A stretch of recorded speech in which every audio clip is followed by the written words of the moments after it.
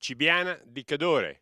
Il sindaco si è dimesso, la lista civetta ha alzato bandiera bianca. Mattia Gosetti si era ricandidato sindaco di Cibiana, ma per evitare di correre il rischio di non raggiungere il quorum del 40% richiesto dalla legge nei comuni sotto i 15.000 abitanti in caso di lista unica, aveva creato con questo unico scopo una lista civetta.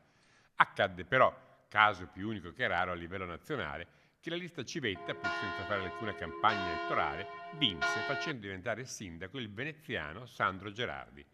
Ora però si sono dimessi sia lui che 6 consiglieri comunali. A guidare il comune fino a nuove elezioni sarà così il viceprefetto Antonio Russo, che era già stato commissario a San Vito di Cadore e in altri comuni del Bellunese.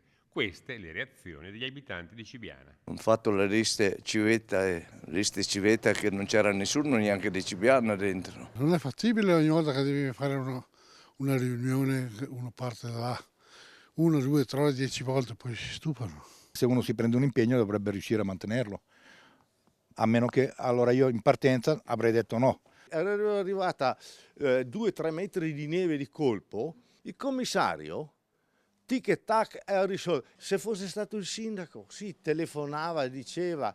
Lui nell'arco di 24 ore c'erano 30 uomini a disposizione della comunità di Cibiana. Adesso bisogna vedere, il commissario non ha mai vissuto un paese con un commissario. Cosa ne pensi che hanno sciolto il Consiglio Comunale?